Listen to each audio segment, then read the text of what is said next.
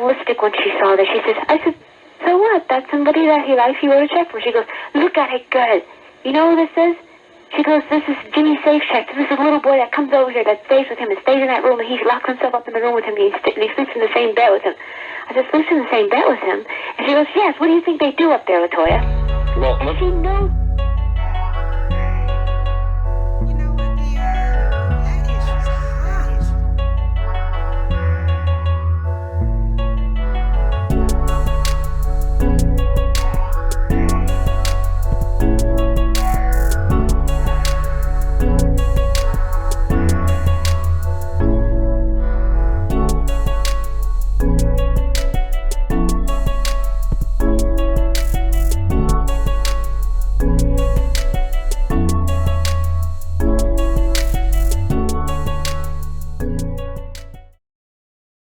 Yeah, so I decided that I was going to do a trilogy. And in this trilogy, we're going to look at different aspects of where Jimmy Safechuck's allegations, they actually have legs. So today, we're going to do one that's tough for me because it's one of the moments or it relates to one of the people who actually was the catalyst for me changing my thought process. Today, we're going to review the words of Toya Jackson, sister of Michael Jackson. In 1993, when I was about 16 years old, I remember Latoya had been doing talk show after talk show, and she was promoting the book. She was promoting her appearance in Playboy for the first time, and then again for the second time. She was pretty active, and her parents would contact the stations where she would appear, and they would say, "Oh, Latoya's lying," and Latoya's out for fame, and I can't believe she's doing this, Playboy. And they just had a bunch of disparaging comments to discourage anybody into believing her. Family got in touch with us this morning. Mm-hmm. They sent, we think it's legitimate. It's on their stationery. You would be able to tell us if it is. And they're saying, we would like to make a statement in regards to our daughter, Latoya Jackson's book. First, we would like to say to Latoya that we love you, and you are still a part of the family. We also would like to apologize for any misunderstandings or bitterness that you may have due to being a part of the family. We cannot understand, this is written wrong, what prompts you to feel so bitter, but we hope someday that those things can be reconciled. Yeah. Then it says, to the public, we would like to say as a family, we are just like any other family. We have our differences, but we managed to get through them. And then we do not care to elaborate nor narrate on Latoya's book, nor the things she's doing, since there is no truth or validity to the accusations made. We think it's best to let the book ride on its own course. And it says, thanks to the people who have been supportive of the Jackson family. May God bless you all. Is this the first time you've heard from them? No, I've heard that letter before. Oh, you have? Are they sending it out to everybody before everybody has this letter. Before I go on to show my parents send this letter out.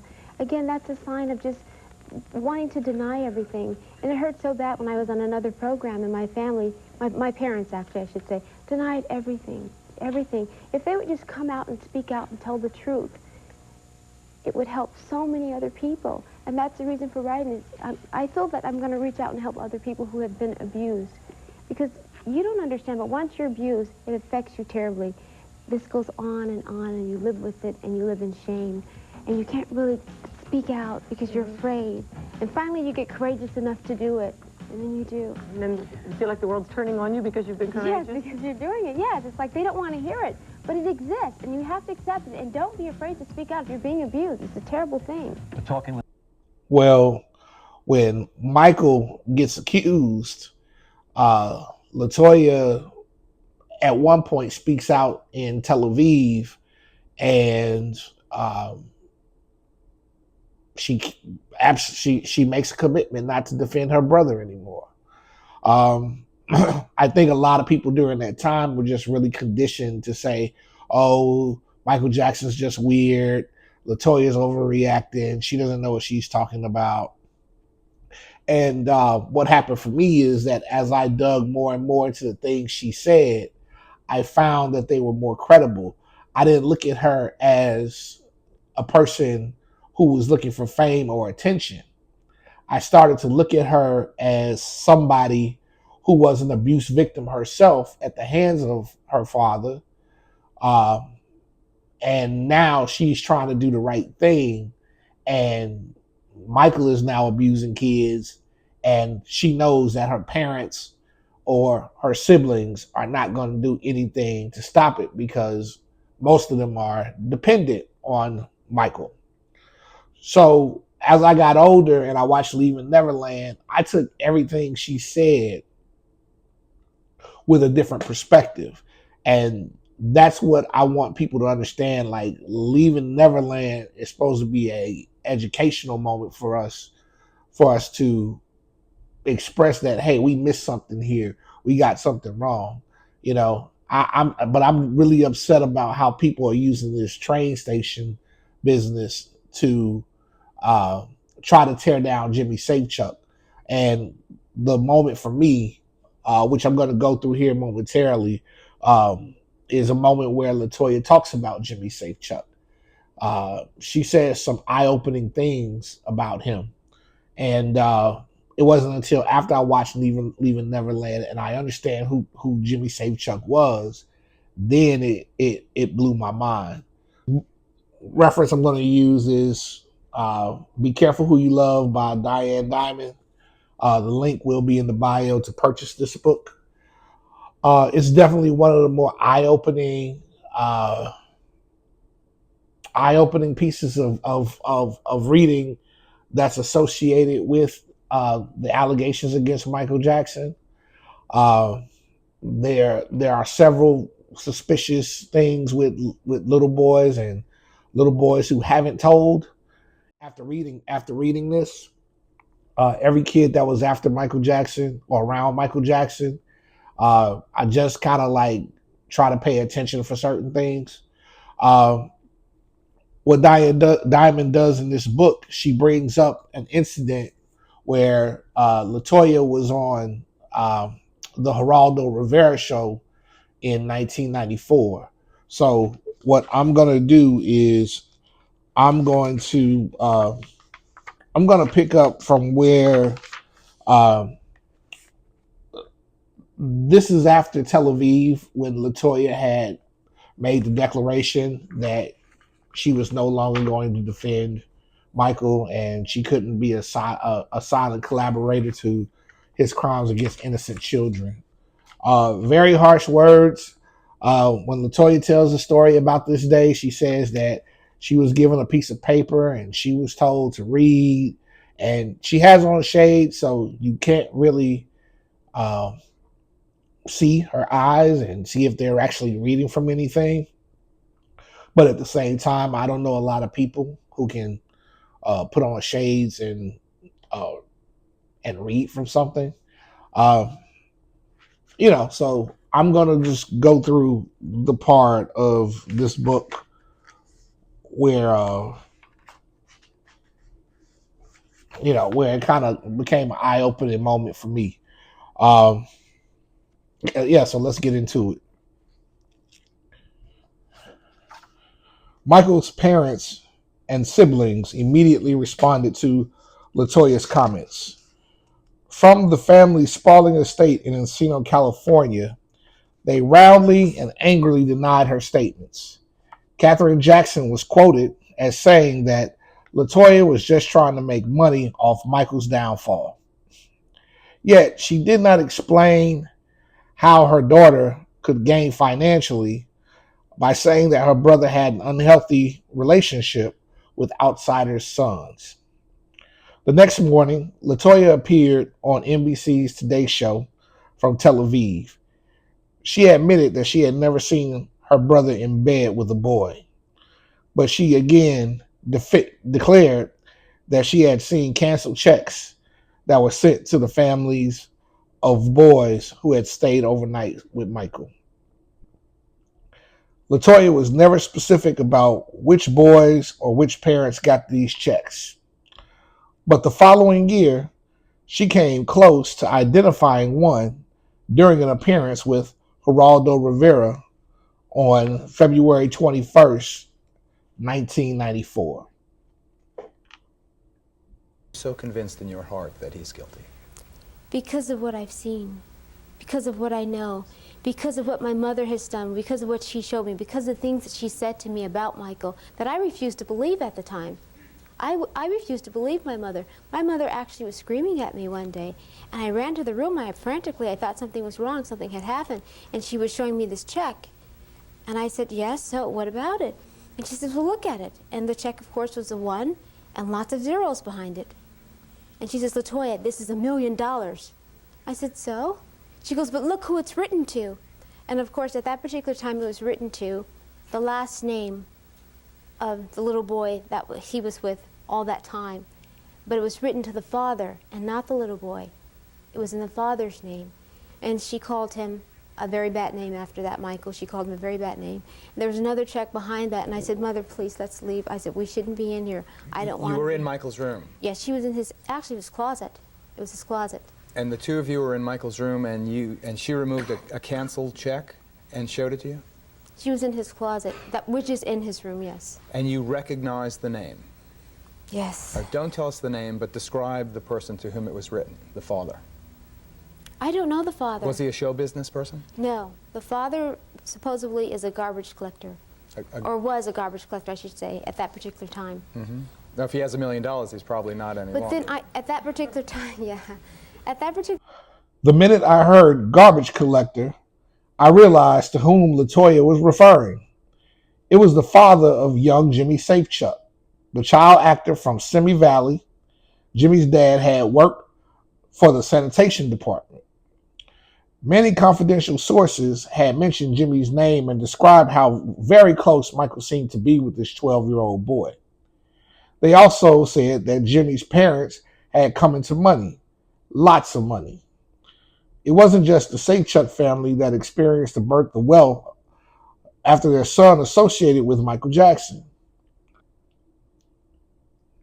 Right? So what you see is Latoya on the Geraldo show, and she's talking about how her mom found checks in Michael Jackson's room in his closet, and one of those checks were made to Jimmy Safechuck. Now, what we'll find is, because in the clip you'll see that she never mentions a name, but when she gives the clue, the garbage collector, you'll see that Jimmy's father worked for a trash collecting agency. And, it's an obvious clue. But this one is undoubtedly a clear-cut point at Jimmy. We'll move on to the next part because there are some other things that I want to read.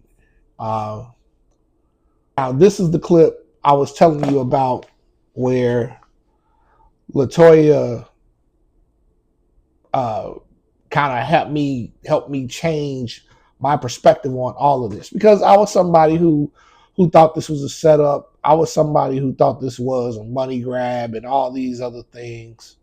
I just thought that people were just out to attack him. When I heard this clip, I realized, yeah, I'm completely wrong about this. I am on the wrong side of this. So in this clip is from the Howard Stern show. And what we have is Latoya has spent, a lot of time traveling the circuits, and the Jackson family is sending letters to these places telling them don't believe her. She's not credible. She's being put up to this, all this stuff to try to keep her silent. It's not until we get to this clip where she slips up and mentions Jimmy Safechuck by name and says that it's his name that's on the check. So I'm going to play that clip and then we'll talk about it. Yeah, he can't stand. Because he knows these checks were written for $1 million. $1 million?